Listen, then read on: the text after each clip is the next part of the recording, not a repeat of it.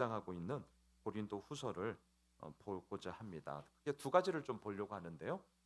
첫 번째는 배경을 같이 좀 볼 거고요. 그리고 나서 1장 1절로 11절 주일자 본문에서 위로라는 말이 10번이나 나오는데 좀 위로에 대한 내용을 함께 나누어 보고자 합니다. 자, 먼저 고린도 후서의 배경을 다시 한번 좀 언급하면서 오늘 본문을 시작하고자 합니다. 고린도 후서가 있다면 당연히 고린도 전서가 있고요. 우리가 한 석 달 전에 고린도 전서를 이미 묵상했었습니다. 여러분 한번 기억을 상기시켜 보십시오. 고린도 전서를 왜 썼는가? 좋아서 쓴 것이 아니라 고린도 교회에 많은 문제가 있었습니다. 음행의 문제도 있었고요. 또한 교회 내 갈래의 그러한 분파, 분쟁의 문제도 있었고요. 또한 세상 법정에 고소하는 문제도 있었고요. 우상의 제물을 먹는 것에 있어서 또 이런저런 많은 이야기들, 은사도 많았지만 갈등도 많은. 그래서 제가 종종 표현했습니다. 뭐든지 많은 교회. 어, 이게 좋은 것이면 참 좋겠는데 그렇지 못한 것으로 인하여 여러 가지 많은 갈등이 있었고 그것에 대해서 사도 바울이 나는 이러해 라는 자신의 입장을 또한 편지를 통해서 보냈죠. 이게 고린도 전서였습니다. 우리는 알고 있습니다. 고린도 교회는 사도 바울이 개척한 교회입니다. 그리고 개척하고 나서 1년 6개월 동안 사역을 하다가 이제 사도 바울은 소위 복음 전도자 순회 사역자였기 때문에 이제 다른 지역으로도 이제 옮기게 되었던 것이죠. 한번 생각해 보세요. 사도 바울의 영향력이 여전히 고린도 교회에 있습니다. 그렇기 때문에 또한 이런 갈등의 문제 가운데 사도 바울은 어떻게 생각하는지를 또한 성도들이 그렇게 물었고 그것에 대한 답변으로 편지를 썼던 것이죠. 자, 이처럼 고린도 전서라는 편지를 통하여서 교회에서 일어나는 문제들이 해결되기를 원했고 또한 그것을 바라보면서 편지를 썼습니다. 그런데 어떻습니까? 이게 쉽지 않았습니다.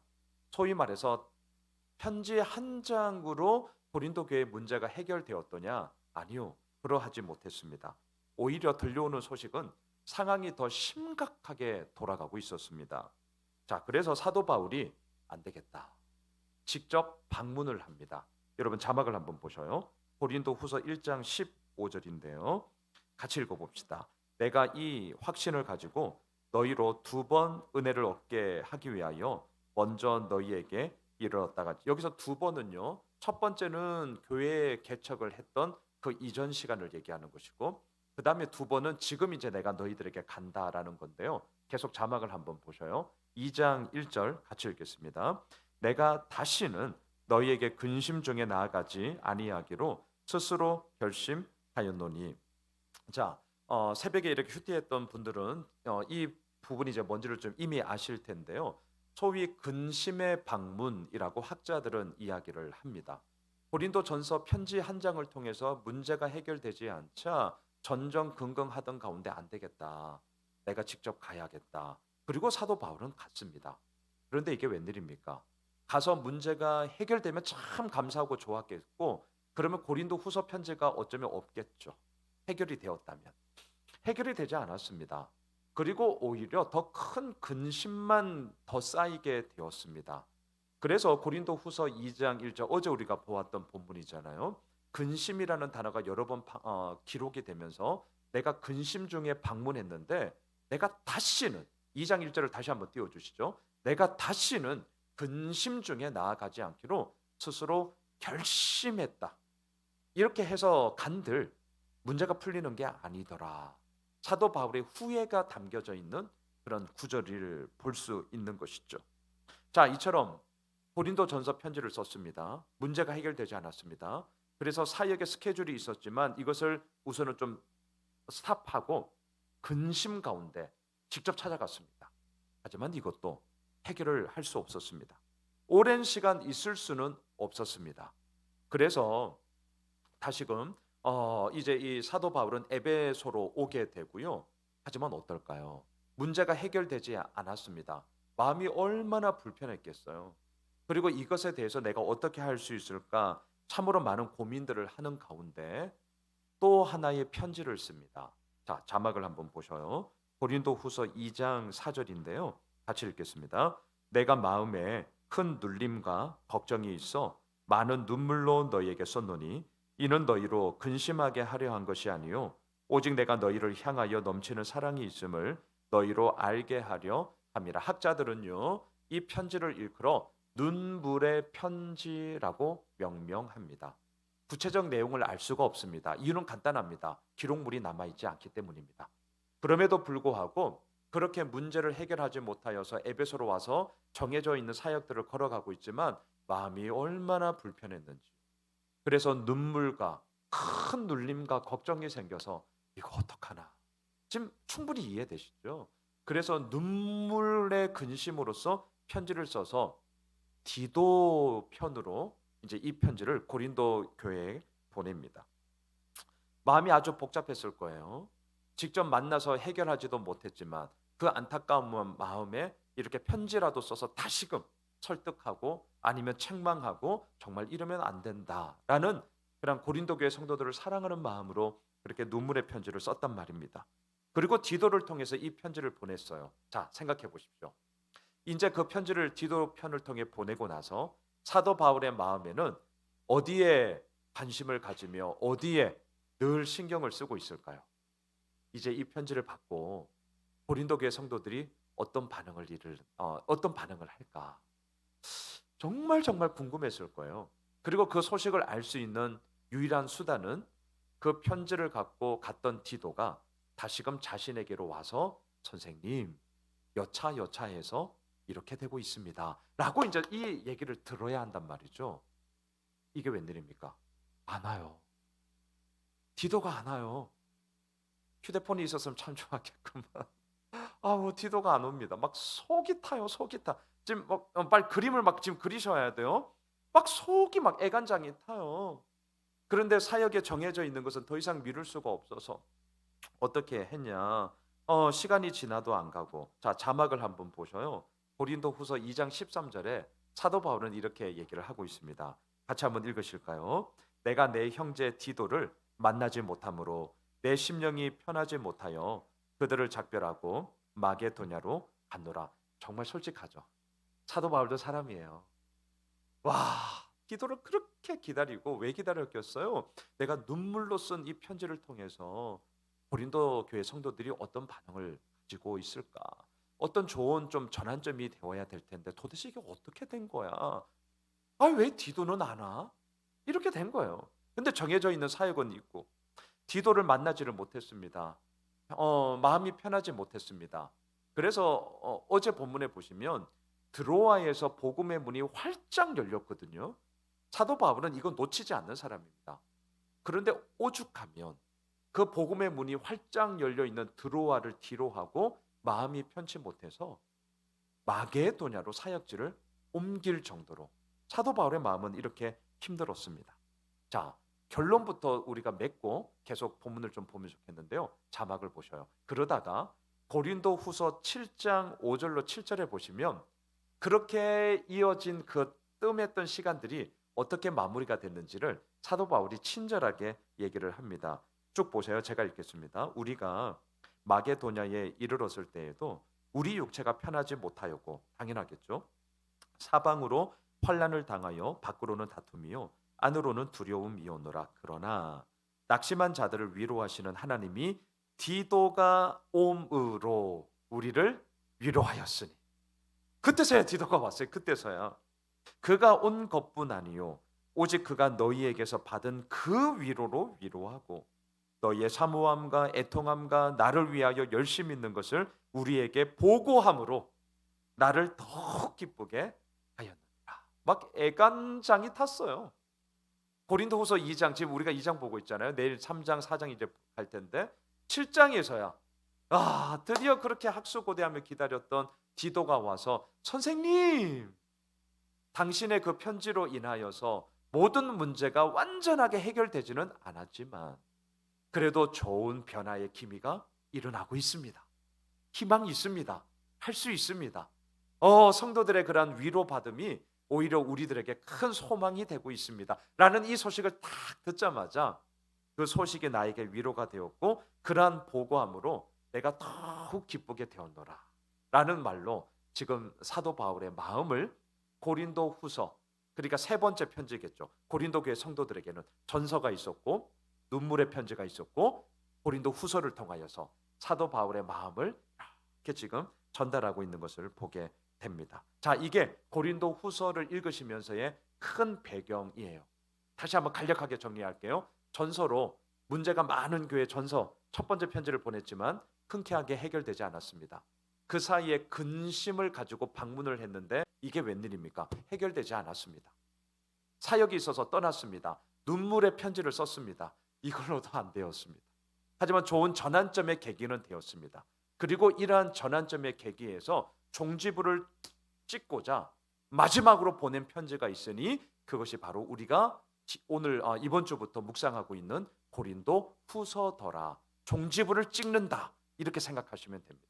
자, 오늘 본문 1장에 좀 더 이제 국한해 보시죠. 1장 3절로 7절까지를 보시면 고린도 후서를 딱 시작하면서 위로라는 단어가 무려 10번이나 반복되고 있습니다. 자, 반복되는 단어는 다시 한번 말씀을 드립니다. 절대 놓치시면 안 됩니다. 이 편지를 쓰고 있는 사도 바울의 마음속에 위로라는 말을 10번이나 쓰고 있다는 것은 이제 디도를 통해서 이러한 소식도 들으며 그렇게 해서 편지를 다시금 쓰고 있는 거잖아요. 너희들의 변화의 소식과 또한 무엇인가 문제를 변화시키고자 하는 하나님의 그런 개입하심과 은혜로움이 나에게 위로가 된다. 또한 이것이 너희들에게도 우리에게도 위로가 되면 좋겠다라는 마음으로 쓰고 있단 말이죠. 그런데 오늘 본문 3절로 7절을 잘 보시면 이 위로의 이야기를 하면서 사도 바울은요, 그저 따뜻한 말, 격려의 말, 정말 위로의 말, 또한 할 수 있다라고 보답는 말로만 끝나는 것이 아니라 아주 본질적으로 언급하는 것이 있는데 하나님과의 관계 이야기를 합니다. 자, 오늘 결론이기도 한데요. 정말 진정한 위로란 어디로부터 시작이 되는 걸까? 물론 가시적으로 보이는 주변 사람들의 그런 따뜻한 말 한마디가 진짜 우리에게 위로됩니다. 위로돼요. 그런데 유효 기간이 그렇게 오래 가지는 못합니다. 왜? 어떤 누군가의 따뜻한 말이 참 마음을 힘나게 하지만 그 힘나게 하는 말을 와장창 깨뜨리는 말 또한 있는데 또 다른 누군가의 아주 뼈아픈 말, 아주 차가운 말 한마디가 언제 그랬냐는 듯이 우리들에겐 비수와 같이 이렇게 찍히기 때문이죠.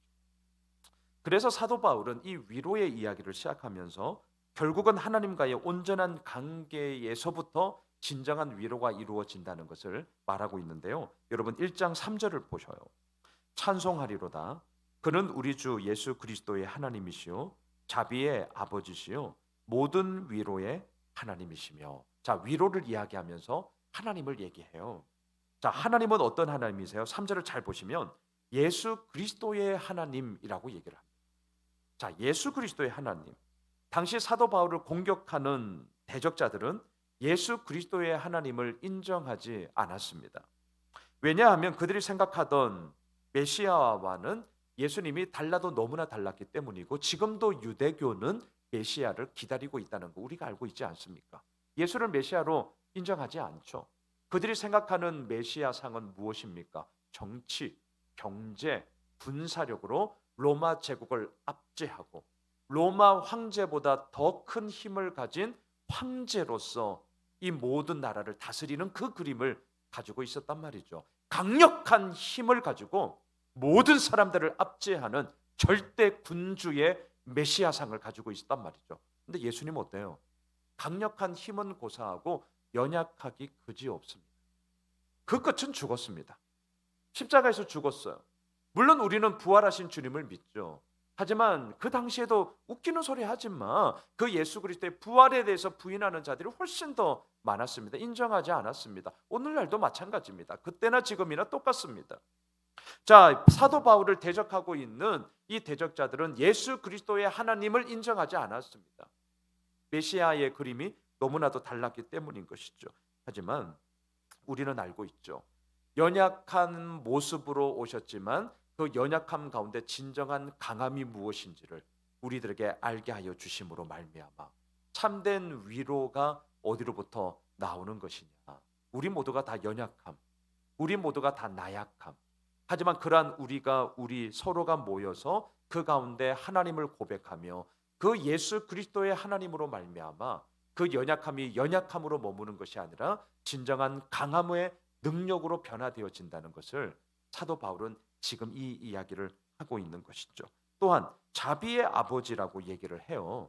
자비의 아버지. 여러분, 자비란 말이 무엇입니까? 연약한 자, 불쌍한 자를 정말 긍휼히 여기면서 함께 울고 웃고 함께 체휼하는 것이 자비 아니겠어요? 그래서 이러한 자비의 마음이 우리의 눈빛과 말과 행동으로 나타나는 것을 우리는 위로라고 얘기를 하는 것이죠. 우리의 마음에 자비의 이야기가 있다면 그것이 표현되어질 때 위로가 되는 것이죠. 자, 또한 사도 바울은 세 번째 1장 3절을 보시면 모든 위로의 하나님이라고 해요. 제가 오늘 사전을 찾아봤어요. 위로라는 것이 사전적 정의가 이렇더라고요. 따뜻한 말이나 행동으로 괴로움을 덜어주거나 슬픔을 달래는 것. 이것이 위로다라고 사전에 되어져 있었습니다. 그런데 오늘 이 성경에서 말하는 위로는 사실 의미가 조금 다릅니다. 위로, 제가 헬라어 단어를 찾아보니까 파라클레세우스라는 단어더라고요. 파라, 내 곁에, 클레세우스, 부름을 받은 자, 내 곁으로 부름을 받은 자. 이게 위로라는 거예요. 그럼 위로란 무엇일까요?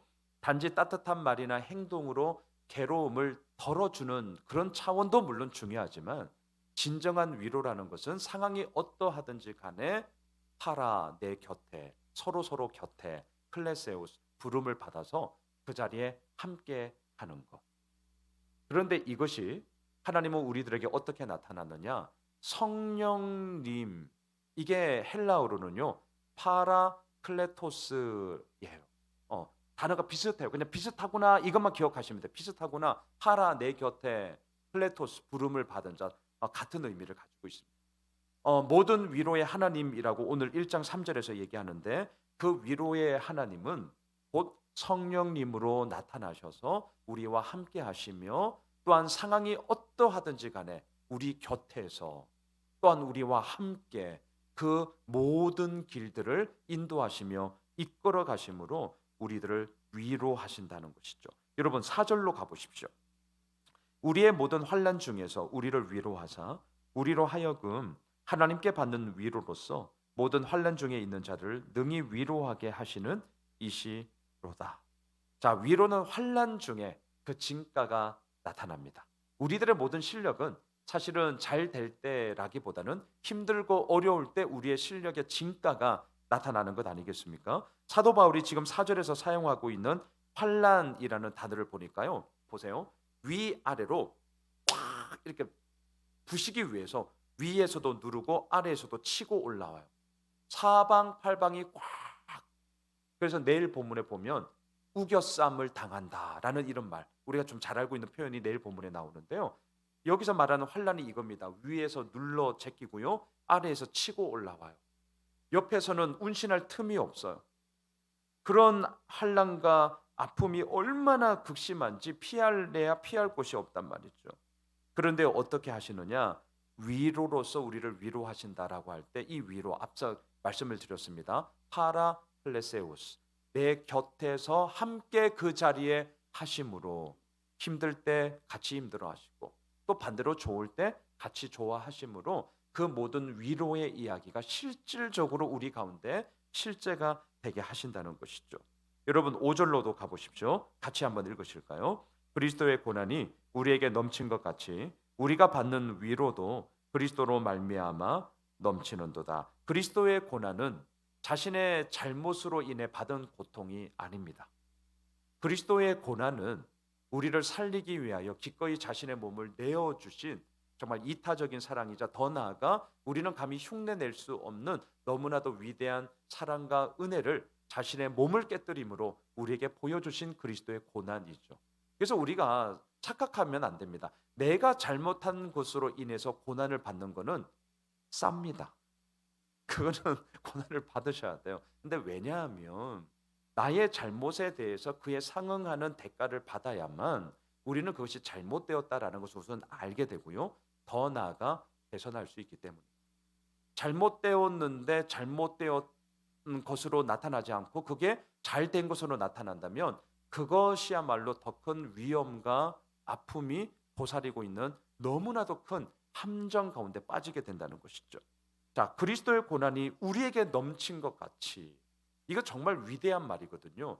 내가 잘못해서 내가 받는 고난이 아니라 기꺼이 영혼들을 위하여, 다른 이들을 위하여 그 고난을 감내하는 그 그리스도의 고난이 우리들에게 넘친 것 같이, 그 환난에 넘친 버금가게 우리가 받는 위로 역시 그리스도로 말미암아 넘치게 하시는 그 위로의 이야기가 오늘 본문에 꽉 차 있습니다. 여러분, 8절로 한번 내려가 보십시오.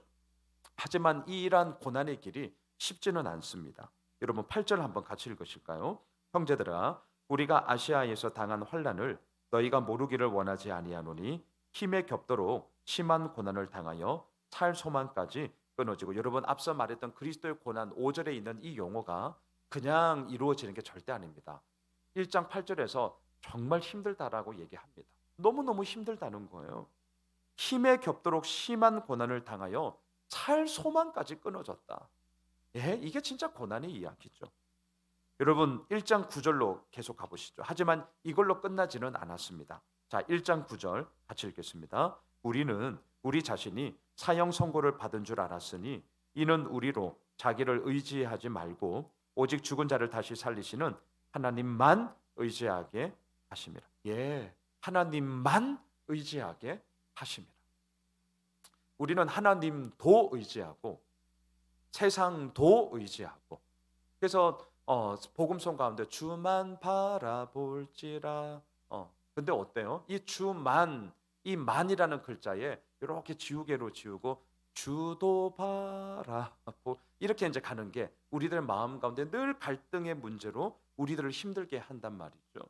사도 바울은요, 앞서 8절에서 힘에 겹도록 심한 고난을 당하여 살 소망까지 끊어졌다라는 그 극에 달하는 낭떠러지까지 간 그 고난 속에 내가 의지할 분은 오직 한 분, 하나님밖에 없구나라는 그러한 삶의 결론뿐만이 아니라 이것이 우리들에게 진정한 위로가 되어 고린도 교회 성도들이여, 너희들이 눈물의 편지를 가지고 전환점을 이루며 간다는 것이 참 고마운데 그걸로만 끝이는 것이 아니라 진정 하나님만 우리의 의지의 대상이요, 그 하나님만으로만 우리의 모든 삶의 온전함이 이루어진다는 것을 우리가 함께 고백하며 그 길을 걸어갑시다. 이렇게 편지를 쓰고 있는 것이죠. 자, 6절로 가보십시오. 우리가 환난 당하는 것도 너희가 위로와 구원을 받게 하려는 것이요, 우리가 위로를 받는 것도 너희가 위로를 받게 하려는 것이니 이 위로가 너희 속에 역사하여 우리가 받는 것 같은 고난을 너희도 견디게 하느니라. 그렇습니다. 위로가 있을 때에 결국 이 견딤의 이야기도 나오죠. 예, 위로가 없이는 이 견딘다는 것은 정말 힘이 듭니다. 저는 우리 교회가 오늘 이 본문 앞에 우리가 함께 나누어 가는데요, 우리 서로가 다 연약합니다. 완전하지 않습니다. 부족함이 여전히 있습니다. 하지만 어떻습니까? 오늘 이 말씀처럼 그러한 환난을 당하는 우리 모두가 함께 서 있으므로 위로 함께 서 있는 거예요. 함께 서 있는 거예요. 그 시간이 어느 시간이든지 간에 좋을 땐 좋을 대로, 나쁠 때는 나쁜 대로 함께 그 여정 속에 서 있음으로 인하여 그것 자체가 우리에게 위로가 되고요, 그 위로가 우리에게 진짜가 될 때 오늘 본문 6절의 마지막 그 고난을 너희도 견디게 하느니라. 예, 이 위로의 이야기가 결국 우리들을 견디게 하고요, 이 견딤을 통하여서 우리는 더욱더 하나님의 사람으로 비적함을 보게 되는 것이죠. 말씀을 정리하겠습니다. 갈등과 분열, 상처와 아픔의 공동체에서 다시금 치유와 회복, 그리고 하나됨을 이루어 나가는 고린도 교회 성도들을 향하여 오늘 사도 바울은 위로라는 단어로 오늘 편지를 시작하고 있습니다. 위로는 그저 좋은 말로 격려하고 칭찬하는 것만이 아니라 함께 있는 것, 예, 함께 있는 것, 그것이 우리들에게 위로가 되는 것이고요. 또한 그 위로를 통하여서 어떠한 고난이 있다 할지라도 우리는 견디느니라, 이 견딤의 이야기로 함께 나아갈 수 있습니다. 바라기는 우리 예수 오메실 공동체가 우리 모두에게 이런저런 상황의 이야기들은 늘 많지 않습니까? 하지만 진정한 위로자가 되고 또 우리가 위로받는 자, 서로가 위로의 이야기를 함께 주고받기를 원하고요, 그리함으로 어떠한 고난의 이야기가 있다 할지라도 견디느니라, 그 견딤을 통하여 하나님께서 이루어 나가심이 어떠한지를 함께 보게 되는 그런 주님의 복된 은혜가 있을 주님의 이름으로 축원합니다. 우리 함께 찬양